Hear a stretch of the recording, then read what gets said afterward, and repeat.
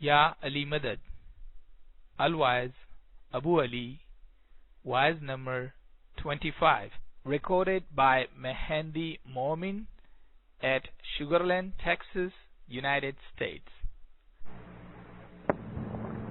10th of February 1988, was in Montreal Jamaat Khana in seminar. یعنی مدد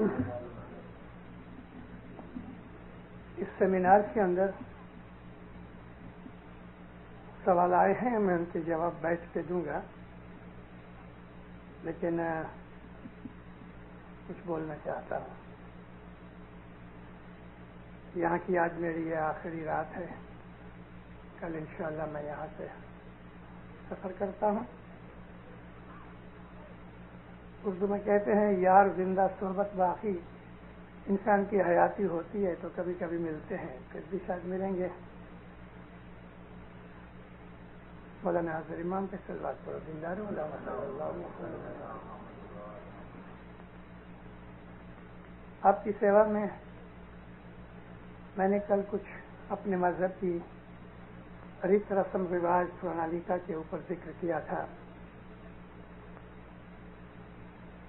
اسی کی کنٹینیوٹی کے اندر آج میں تھوڑی سی اور باتیں کرنا چاہتا ہوں تاکہ جنرلی اپنا مذہب ہماری سمجھ میں آ جائے۔ ہمارے مذہب کے اندر جیسا کل میں نے آپ کو بتایا، ہے زندہ کے لیے، قائم پایا کے لیے، نادی کی بابت میں ہماری مذہب کی ایک بڑی جو اعلیٰ درجے کی کریا ہے، جس کو پیروں نے بہت رسپیکٹ دی ہے اور بہت امپورٹنس دی ہے، وہ ہے گھٹ پاٹ، ہم جس کو نیاز کہتے ہیں۔ جنانوں کے اندر اس گھٹ پاٹ کا، نیاز کا اور بھی نام ہے۔ پیر شمس ماں باپ کی گربیوں کے اندر ہمیں پاول کا نام ملتا ہے، پیر کاڈی کے پاول ہاتھ ہے، تو پاول کہتے ہیں پاک پانی کو۔ پھر ہمارے پیروں کے گنانوں کے اندر اس کو نور بھی کہا گیا، نور ویلا نور پیو۔ نیاز کو آب صفا بھی کہا گیا کہ جو دل کو صاف کرتا ہے۔ مولانا علی شاہ ماں باپ صلی اللہ علیہ فرماتے ہیں کہ نیاز پینے سے تمہارا ایمان مضبوط ہوتا ہے، تمہارا دل صاف ہوتا ہے۔ مگر جب نیاز کی آخری دعا پڑھی جاتی ہے، جس کو ہم قائم کرنے کی دعا کہتے ہیں، اور اس کے بعد سجدہ کر کے گٹ پاٹ نیاز کی کریا ختم ہوتی ہے، تو بعد میں نیاز بچ جاتا ہے اور بہت سے لوگوں کو پلا دیتے ہیں۔ مولانا علی شاہ نے اس نیاز کے لیے کہ جو نیاز بچ جاتا ہے سیریمنی کے بعد، فرمایا یہ جو نیاز ہے یہ آب شفا ہے۔ پہلا نام ہے آب صفا۔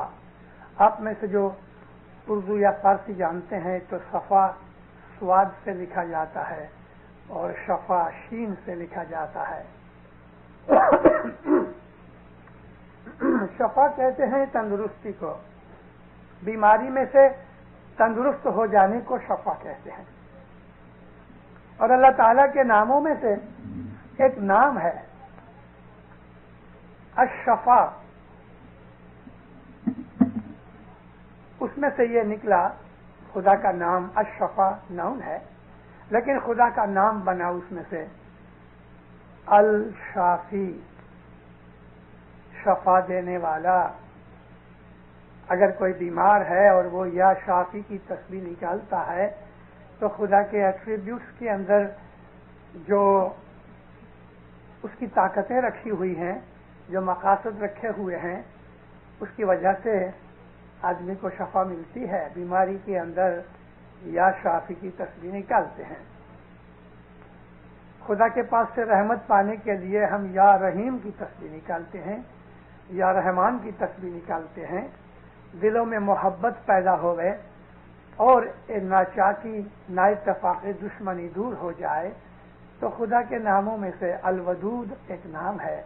اس کا مطلب ہے محبت کرنے والا، محبت کو پیدا کرنے والا، یعنی وہ محبت پیدا بھی کرتا ہے، خود بھی محبت کرتا ہے۔ تو یا ودود کی تسبیح نکالنے سے ہمارے دلوں کے اندر محبتیں پیدا ہوتی ہیں۔ اگر کوئی آدمی کا روزی رزق خراب ہو گیا ہے، یعنی تنگ ہو گیا ہے، تو ہم اس کے پاس اس کی رزاقیت کو پکارتے ہیں، تو کہتے ہیں یا رازق۔ تو رازق کو یاد کرنے سے ہمارا رزق کشادہ ہوتا ہے۔ تو اس طرح سے یہ آب شفا ہماری بیماری کو دور کرتا ہے۔ مولانا علی شمع نے فرمایا کہ نیاز میں یہ طاقت ہے کہ تم ایک ہاتھ میں نیاز کی پیالی رکھو اور دوسرے ہاتھ میں ایک کولسا رکھو، تو اگر تمہارا ایمان و یقین کامل ہے اور خدا کی مدد تمہارے ساتھ ہے تو نیاز کی طاقت سے یہ کولسا، کوئلہ جس کو کہتے ہیں، سفید ہو جائے گا۔ مطلب یہ ہے کہ نیاز پینے سے تمہارا دل صاف ہوتا ہے۔ نیاز پینے سے ہمارے دل کے اندر جو بدیاں ہیں، جیسا کہ حسد ہے، کینہ ہے، کسی کو نفرت کرنا ہے، ایسی چیزیں سے ہمارا دل صاف ہوتا ہے۔ اور اگر کچھ بیماری ہے تو نیاز جب ہی ختم ہو جاتا ہے، یعنی دعا اس کی، تو اس کے بعد جو بچ جاوے تو وہ نیاز پینے سے ہمیں شفا ملتی ہے۔ تو آب شفا بھی ہے، آب صفا بھی ہے، نور بھی ہے، پاول بھی ہے۔ گنانوں میں اس کا نام امی جل بھی کہا ہے۔ ایسے بہت سے نام ہمارے گھٹ پاٹ کے ہیں۔ گھٹ پاٹ کیا چیز ہے؟ پرانے زمانے میں جبکہ امام عراق اور عربستان کے اندر یا ایجپٹ میں رہتے تھے، ایران میں رہتے تھے، عراق میں رہتے تھے، اور لوگ مسافری کر کے امام تک نہیں پہنچتے تھے، تو پیر کے حکم سے گھٹ پاٹ جو نکالا جاتا تھا، گھٹ پاٹ کی رسم پیر صدر دین نے شروع نہیں کی، گھٹ پاٹ کی رسم تو رسول اللہ نے شروع کی۔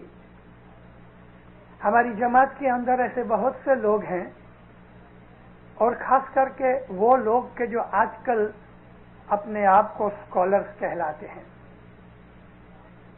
ایم اے کر لیا، پی ایچ ڈی کر لیا، تو انہوں نے یہ سمجھ لیا کہ سارے اسماعیلی مذہب کا ہم نے تیل نکال کے اور اس تیل کا ایسنس نکال کے ہم نے پی لیا۔ مگر اسماعیلی مذہب وہ لوگ سمجھ نہیں سکے۔ ان کے علاوہ ہماری جماعت کے اندر ایسے لوگ بھی ہیں کہ جو اسکالرس نہیں ہیں، ماڈرن ایجوکیشن وغیرہ دی ہوئی ہے، ایسے بھی ہیں کہ جو پرانے لوگ ہیں کہ جنہوں نے انگلش بھی اچھی طرح نہیں سیکھی۔ تو میں کسی ایک پرسنل آدمی کے لیے نہیں کہہ رہا، لیکن ایک ایسے گروپ کے لیے جو آج لگ بھگ 15-20 برس سے ہماری جماعت کے اندر وہ گروپ پیدا ہوا ہے اور آہستہ آہستہ بڑھ رہا ہے۔ میں اس گروپ کو ایڈریس کرنا چاہتا ہوں کہ بہت سے لوگوں کے دماغ میں یہ چیز چھائی ہوئی ہے کہ ہمارے مذہب کی یہ جو کریائیں ہیں یہ ہندوؤں میں سے لی گئیں۔ میرے پاس آؤ، بیٹھو میرے سامنے، اور مجھے ہندوؤں کی کوئی کتاب، کوئی وید شاستر ایسا دکھاؤ کہ ان چیزوں کا ذکر اس کے اندر ہوئے۔ بتاؤ مجھے، میں بھی ایک انسان ہوں، مجھے کوئی فخر نہیں ہے کہ میرے پاس بہت علم ہے، میں نے تو علم سیکھنا ابھی شروع کیا ہے، اور کبھی 1000 برس کی زندگی ہوئے تو بھی علم پورا نہیں ہوتا۔ شاید میں غلطی کرتا ہوں، تو مجھے بتاؤ تو صحیح کہ کون سی چیز ہندوؤں کی اور ہندوؤں کے شاستر میں سے نکال کے ہمارے پیروں نے ہم کو لگا دی، کیونکہ کہا یوں جاتا ہے کہ یہ گنان وغیرہ جو ہے نا، یہ پیروں نے ہم کو ہندوؤں میں سے کنورٹ کرنے کے لیے بنائے گئے۔ میرے کو تو کوئی چیز نظر نہیں آئی۔ میرے ابا، ادھر پرویز بیٹھا ہوگا، پرویز حیات، یہ بھی پنجابی ہے، ملتان کا، میں امرتسر کا ہوں۔ اور بھی شاید ادھر کوئی پنجابی ہوں گے. پنجاب کے اسماعیلی 1,00,000 گپتی اسماعیلی تھے.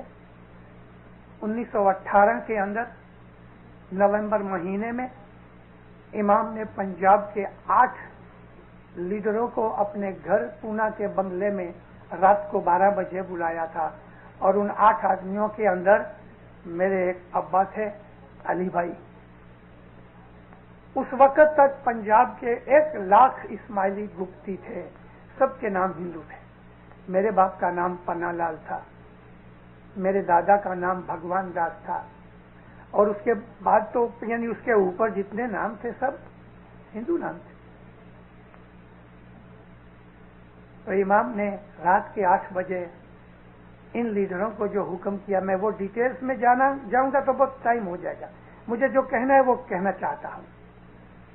ان کو حکم کیا کہ ابھی تم کھلے اپنے آپ کو مسلمان کے طور پہ ظاہر کرو، اب تک تم گپتی ہو، ہندو ٹھہرے. تو مولا نے فرمایا ان کو کہ آج تک تم گپتی رہے، باہر میں ہندو رہے، اندر اسماعیلی سچپنس پہ چلتے رہے، لیکن اب میں چاہتا ہوں کہ تم میرے روحانی بچے ہو، میرے حکم سے ظاہر ہو جاؤ. آمین خدا نے. ماں باپ نے ایک ایک کا نام پوچھا اور ماں باپ نے ان کے نام رکھے. میرے ابا کو پوچھا کیا نام ہے تیرا، تو کہا خدا میرا نام پناہ لال، آج سے تم علی بولو، تو علی بھائی بن گیا. میرے دادا اس وقت حاضر نہیں تھے، لیکن باپ کو پوچھا کہ تیرا باپ کا نام کیا، تو بولا خدا بھگوان داس، اس کو عزیز بولو، عزیز علی ہو گئے. سب کے نام بدلائے. اور بعد میں جب یہ لوگ اپنے اپنے گاؤں میں گئے اور امام کی دورانی گائیڈنس بتائی، سب نے اپنے نام بدلے. اور کس طرح بدلے کہ اگر دادا کا نام ہندو تھا تو انہوں نے ہندو نام نہیں رکھا، اور اگر وہ گزر گیا تھا تو اور اسماعیلی نام نہیں تھا تو خالی اسماعیلی لکھ دیا. مثال کے طور پہ عزیز علی جو میرے دادا تھے، اس کا نام تو مسلمانی ہو گیا، لیکن اس کے باپ کا نام فقیر چند تھا، تو میرے دادا اپنے آپ کو عزیز علی ولد فقیر چند نہیں لکھتے تھے، کیونکہ فقیر چند ہندو نام ہے. تو کیا لکھتے تھے؟ عزیز علی اسماعیلی. ہندو نام ہی نکال دیا. ہم لوگ ہندو تھے، ظاہر میں ہندوؤں میں رہتے تھے، مردے کو جلاتے تھے، پنڈت آتا تھا ہماری شادیوں کے لیے، ہر چیز ہندوؤں کی تھی. ہندوؤں کو جتنا ہم جانتے ہیں اتنا خوجے لوگ نہیں جانتے. خوجوں کے آج بھی نام منجی، ماوجی، سومجی یہ سب ہیں، لیکن کسی پنجابی کا نام ہندو ایک بھی نہیں ہے. تو میری عرض یہ ہے، میں یہ کہنا چاہتا ہوں کہ شکر الحمدللہ میں نے ہندو مذہب کی لگ بھگ سب کتابیں جو مذہب کی کتابیں ہیں میں نے پڑھی ہیں. چاروں وید بھی پڑھے ہیں، رامائن گیتا بھی پڑھی ہے، اپنشد بھی پڑھی ہے، اور یہ تمام چیزوں کو پڑھنے کی میری ایک ہی وجہ تھی کہ مجھے نالج ملے. میں نے بائبل کی بھی الحمدللہ اسٹڈی کی ہوئی ہے، قرآن شریف اور حدیث کا بھی ذکر اپنے دل میں رکھتا ہوں، اس کی بھی اسٹڈی کی ہوئی ہے. تو میری عرض یہ ہے، میں جماعت کو یہ کہنا چاہتا ہوں کہ میں نے جو کچھ بھی اسماعیلی مذہب سیکھا اپنی 70 برس کی عمر کے اندر، میں انشاءاللہ 2-3 برسوں کے اندر 70s میں جا رہا ہوں. میں نے 50 نہیں لیکن 58 سال واعظیں کرنی شروع کی ہیں. آج 58 سال سے واعظیں کرتا ہوں، دنیا بھر کے اندر گھوما ہوں، ہندو مذہب کو اچھی طرح سے جانتا ہوں. ہمارے مذہب کے اندر کوئی ہندو فلسفی یا ہندو مانیتا یا ہندو ریت رسم نہیں ہے. البتہ ہم نے ہندوؤں کی نہیں لیکن ہندوستان کی ہسٹری کی بہت سی چیزیں گنانوں میں دیکھی ہیں، اور گنانوں کے اندر اگر ہندوستان کے راجا ہریش چندر کا ذکر کیا ہوا ہے تو وہ راجا ہریش چندر کا ذکر اس لیے نہیں ہے کہ وہ ہندو تھا، اس لیے ہے کہ اس نے خدا کے راستے میں بڑی قربانی کی. اگر پانڈووں کا کچھ ذکر کیا گیا ہے تو وہ ہسٹوریکل پرسنز تھے، تو پیروں نے ان کا نام اس لیے دیا ہے کہ انہوں نے اپنے مذہب کے اوپر رہ کے خدا کے راہ کے اندر بہت تکلیفیں اٹھائیں، قربانیاں کی، تو ان کا ذکر کر دینے سے یہ جو گنان ہے وہ اس میں ہندو چیز یا ہندو مانیتا نہیں آ گئی. پیروں نے تو رکھوڑا ہے، پیروں نے تو کرٹیسائز کیا ہے اور ان کو کہا ہے اے تو پتھر سروے بھوت کے بولے بھی نہیں رے لول. پیر کہتے ہیں یہ تو پتھر بھوت ہے، یہ تو بولتے بھی نہیں. کس اگر دن کہتے ہیں گنگا کی مچھلی گنگا میں رہے آخر ہو میں گندے جی ہے جی پانی میں نہاتا جو موکش ہوئے تو مچھلی موکش پامے جی. گنگا کو پوتر سمجھتے ہیں ہندو، تو پھر کہتے ہیں کہ اگر پانی میں نہانے سے موکش ملتا ہے تو مچھی کو کیوں موکش نہیں ملتا؟ کیونکہ مچھی ان کی مانیتا کے حساب سے 184 کے پھیرے میں ہے اور مچھی گندی ہے. جنانوں نے تو ہندوؤں کی چیزوں کو کرٹیسائز کیا ہے اور ہم کو وہ پیر صدر دین کہ جو آل رسول ہے وہ ہم کو ہندو مذہب سکھائے گا. آپ نے کبھی قرآن پڑھا ہے؟ کافروں کا نام ہے، عاد و سمود کی قوم کا نام ہے، پارسیوں کا ذکر کیا ہے، آتش پرستوں کا، کرسچنوں کا ذکر کیا ہے، یہودیوں کا ذکر کیا ہے، صابئین کا ذکر کیا ہے. قرآن شریف میں بھی بہت سی ایسی پرانی ہسٹری کے داخلے دلیلیں دی ہوئی ہیں. آپ قرآن پڑھو تو 1/3 قرآن کے اندر تو قصے کہانیاں اس میں سٹوریز ہیں. 1/3 قرآن میں گنانوں کے اندر ہمارے پیروں نے کبھی ہندو مذہب نہیں سکھایا. البتہ ہندوستان کی پرانی ہسٹری میں سے بہت سے اچھے لوگوں کا، مومنین کا ذکر ضرور کیا ہے تاکہ ہم اس میں سے لیسن لے لیں. اور خود خدا تعالی قرآن میں کہتا ہے کہ خدا کو اس بات میں کوئی شرم نہیں آتی کہ وہ کسی بھی چیزوں کا داخلہ، مثال، ایگزامپل دینے کے لیے کچھ ذکر کرے. Will you please set your legs out. Thank you. جماعت خانے کے اندر ایک ٹیچر کے طور پہ عرض کرتا ہوں کبھی پاؤں لمبے مت کریں. تو دینداروں، خدا تعالیٰ نے مکھی کا ذکر کیا ہے. خدا تعالیٰ نے مکھی یعنی مد مکھی جس کو ہم بی ہنی بی کہتے ہیں، خدا تعالیٰ نے اسپائڈر کا ذکر کیا ہے. خدا تعالیٰ نے گھوڑوں کا ذکر کیا ہے. ایسا تو خدا نے بہت سے دلیل داخلے دیے ہوئے ہیں. خدا تعالیٰ نے ان لوگوں کا بھی نام ذکر کیا ہے کہ معلوم نہیں وہ کرسچن تھے، یہودی تھے، کون تھے، اور وہ عبادت کے لیے نکلے تو جب وہ عبادت میں ہی گزر گئے، ان کا ایک کتا بھی ساتھ گزر گیا، تو خدا تعالیٰ کہتا ہے کہ وہ اصحاب کہف جو تھے جنت میں گئے مگر ان کا کتا بھی جنت میں گیا. ہمارے گنانوں کے اندر تو ایسی چیزیں ہیں کہ مجھے دنیا کی اور کوئی کتاب میں نہیں ملی. 900 برس پہلے پیر شمس ماں باپ نے گنانوں کے اندر ایٹم بم کا ذکر کیا ہے. تو اب مجھے بتاؤ، ایٹم بم کا ذکر کرنا کچھ ہندویت ہے؟ ہندو کا ہے؟ پھر شمس نے 900 برس اپنے گنانوں کے اندر یہ ویکیوم کلینر جو ہیں اس کا ذکر کیا ہے. تو کیا ہندو مذہب ہے؟ میں نے تو کسی ہندو کتابوں میں وید پڑھے، ان کے شاستر پڑھے، رامائن گیتا پڑھی، مجھے تو کہیں یہ نظر نہیں آئے. گنانوں میں دکھتے ہیں، مجھے تو حدیثوں میں بھی نظر نہیں آئے، نہ گیتا میں، نہ رامائن میں، نہ بائبل میں. گنان میں ہے. ایک زمانہ آئے گا کہ لوگ ہوا سے اپنے گھر میں جھاڑو نکالیں گے. پون جنوں دی چلنتی بہاری، سورج تاپ رسوئی جی، دوڑ پھر نہیں آونا، تو سالی علی نام دھیالو، 900